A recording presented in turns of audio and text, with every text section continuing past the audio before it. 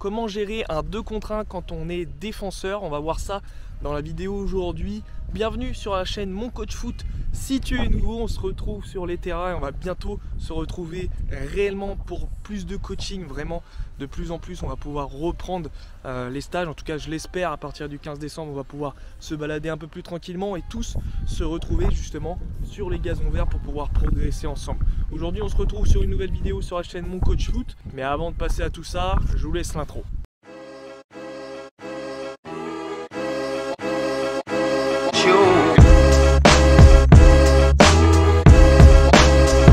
Alors, comment gérer le 2 contre 1 quand on est défenseur? On va retrouver un ancien coaching que j'ai fait sur Paris avec Damien. Vous l'avez déjà vu plusieurs fois sur la chaîne, notamment avec Alexandre. C'est un joueur avec qui j'ai pas mal échangé, avec qui j'ai pas mal travaillé, donc on commence à bien se connaître. Et on a fait un entraînement spécifique, on en a fait beaucoup, hein. Et là c'était l'entraînement spécifique à son poste de défenseur central. On a vu plusieurs choses durant cet entraînement, donc si vous voulez le voir, la vidéo complète, je pourrais la mettre sur YouTube. Il faut juste me le dire en commentaire. Sinon, on va voir un exercice spécifique parce qu'on a travaillé une situation que l'on peut rencontrer en match qui est parfois très difficile à gérer pour un défenseur.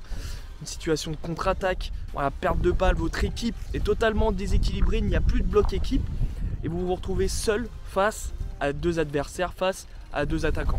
Alors, cette vidéo peut servir certes aux défenseurs centraux, aux arrières latéraux ou à un milieu défensif, hein. Par exemple, sur un corner, toute votre équipe est montée, vous avez mal géré l'équilibre et vous vous retrouvez seul sur la perte de balle après ce corner mal tiré par exemple. Et là, 2 adversaires arrivent sur vous.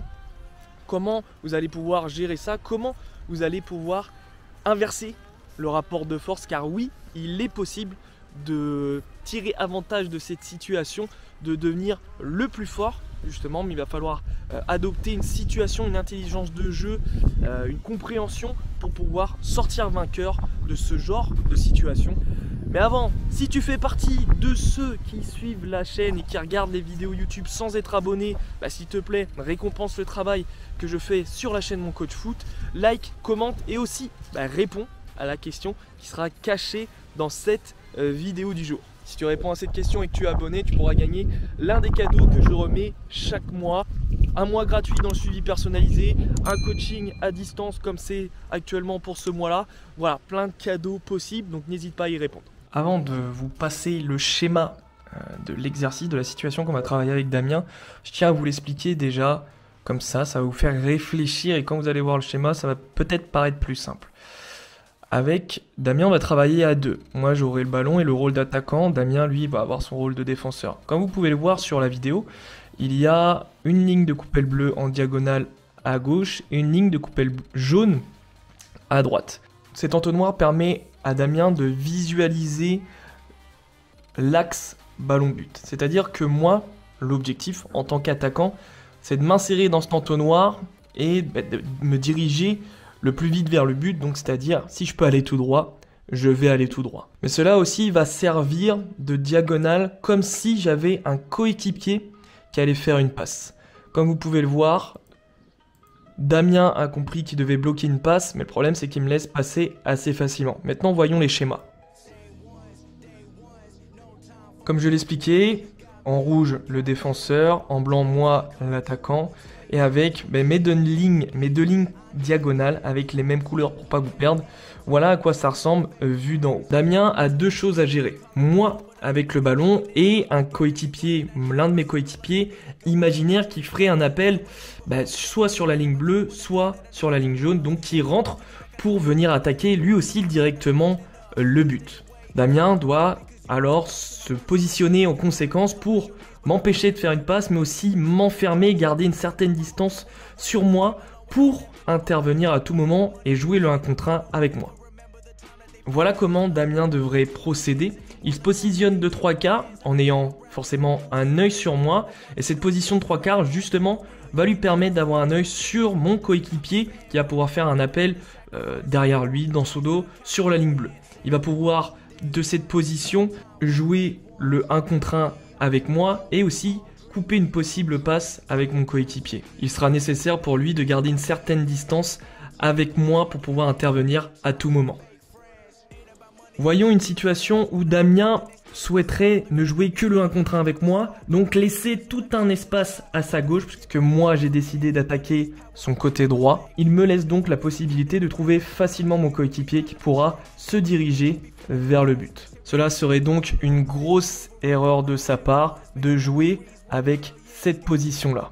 Une autre situation où Damien en fait déciderait de faire l'inverse et de couper uniquement la passe vers mon coéquipier. Choix, ok, c'est sa décision, mais le seul problème c'est qu'il me permet d'atteindre une zone libre, la zone la plus cruciale, l'axe et le but tout simplement. D'un point de vue entraîneur, je préférerais voir mon défenseur jouer le 1 contre 1, quitte à avoir une passe de l'autre côté. Donc pour revoir avec vous, la position préférentielle pour jouer ce 2 contre 1 sera de garder une bonne distance selon vos qualités pour pouvoir récupérer une accélération du porteur de balle, mais aussi de lui empêcher de trouver un angle correct de passe pour son coéquipier. Au-delà de la ligne bleue, la passe est bien trop éloignée de l'axe ballon-but, donc le prochain porteur de balle trouvé sur cette passe ne sera pas dangereux pour Damien. Et pour vous expliquer le comptage des points tout en regardant les situations que propose Damien et que je lui propose, là vous allez comprendre tout de suite, et Damien forcément lui aussi a mis du temps à comprendre, c'est normal comme toute nouvelle chose. Si j'arrive à traverser la ligne rouge, vous voyez deux coupelles rouges, c'est une ligne rouge où à un moment donné je crois qu'on avait considéré que c'était quand je m'insérais dans la surface, je marque un point. Si l'une de mes passes arrive à franchir, enfin si le ballon sur l'une de mes passes franchit la ligne bleue ou la ligne rouge, ça me fait un point pour moi. Forcément, Damien, s'il arrive à récupérer le ballon avant ces lignes-là ou en me le prenant dans les pieds, lui valide ses points. Là, je lui explique simplement les qualités athlétiques à avoir sur sa position de 3/4. Avoir des appuis toniques, mais surtout une fréquence gestuelle rapide. Être trop lent comme il l'était au début, puisqu'il ne comprenait pas trop, il essayait de réfléchir par rapport aux consignes que je pouvais lui donner. Athlétiquement, il n'y était pas.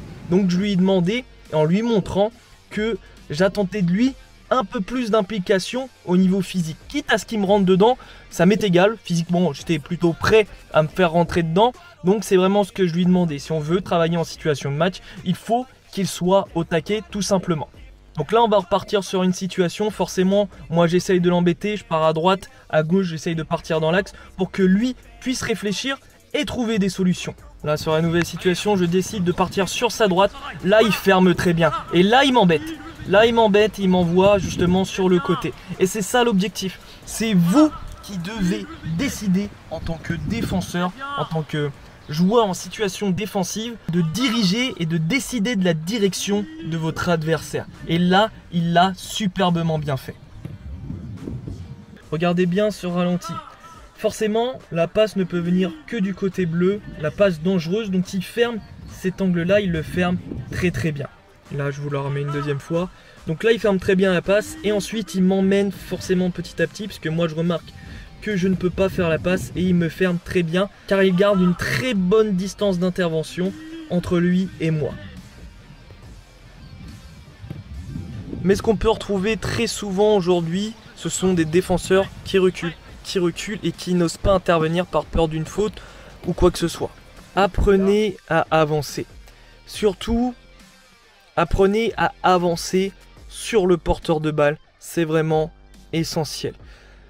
Forcément, chaque défenseur, chaque joueur de toute façon a ses qualités. J'ai bien senti que Damien, quand il se faisait attaquer sur ce côté-là, se sentait plus en danger. Peut-être parce qu'il a un œil directeur droit et non gauche. Peut-être qu'il a plus de puissance avec l'épaule droite et non l'épaule gauche et ainsi de suite. Ça, c'est de la psychomotricité. Mais surtout, le plus important, c'est le fait qu'il recule et en plus jusqu'à sa surface. Et là, c'est hyper dangereux parce que si le joueur rentre dans la surface, là, l'intervention est vraiment dangereuse si on fait une faute. Donc si vous ne l'avez pas compris, les ingrédients pour bien jouer un 2 contre 1, ça sera de prendre en compte le porteur de balle, mais aussi celui qui est susceptible de recevoir cette passe. Donc, il faut forcément fermer l'angle de passe, mais aussi garder une bonne distance d'intervention selon vos capacités athlétiques, encore une fois, notamment celle d'explosivité, pour pouvoir intervenir sur un possible 1 contre 1. Il y aura aussi le fait de se positionner de 3 quarts pour avoir la vision sur le deuxième joueur et sur le porteur du ballon et faire en sorte d'avancer justement sur le porteur pour ne pas avoir à jouer ce 1 contre 1, ce duel dans la surface, là où vous avez beaucoup plus de pression, parce que forcément s'il y a faute, il y a tout simplement pénalty. Alors vous l'aurez compris, cette situation peut être difficile à mettre en place, a déjà été difficile à comprendre pour Damien, et je comprends totalement, d'accord, parce que c'est particulier, on n'est pas totalement dans les images, voilà, qu'on peut avoir sur le match, hein. C'est vrai qu'on n'a pas le nombre d'adversaires, donc c'est vrai que si vous êtes tout seul, vous pourrez travailler en fait votre course de 3 quarts, comment vous retourner, mais ça sera vraiment de l'imaginaire.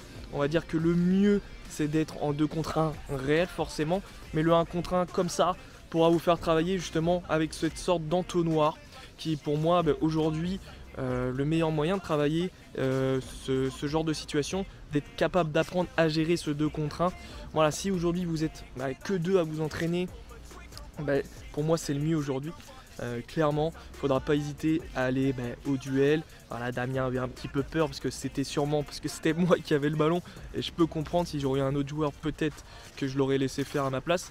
Mais voilà, ce que je peux vous proposer aujourd'hui, c'est ça. Je sais que c'est toujours difficile, que certains recherchent surtout des entraînements à faire tout seul.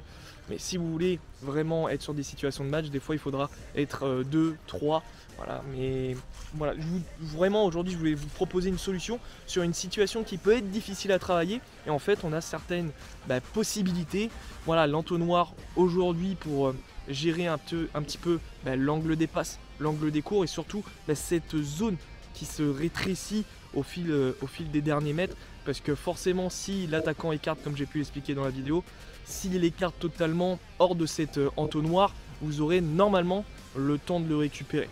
Plus vous allez être capable de resserrer ces distances, plus vous allez pouvoir intervenir sur le porteur du ballon. Enfin voilà, tout ça je vous l'ai expliqué dans la vidéo, je ne vais pas faire un récap, un résumé, je vous laisse re-regarder la vidéo si vous n'avez pas tout compris. Sinon, moi je vous laisse là. Ma question avant de terminer réellement cette vidéo, en fait, quelle situation en match vous vous sentez le plus en difficulté? Voilà, vous avez une situation qui vous a marqué une fois ou qui se répète tout le temps et vous arrivez jamais à vous en sortir vainqueur. Donc je voudrais savoir laquelle c'est. Répondez en commentaire. Et en plus, si je sais cette situation et que vous êtes sélectionné dans les prochaines vidéos sur le coaching à distance, pourquoi pas justement qu'on puisse trouver une solution à ce problème. Voilà l'équipe, on est toujours ensemble pour réussir. Je vous souhaite un bon dimanche, une belle semaine, et on se retrouve très vite sur la chaîne Mon Coach Foot.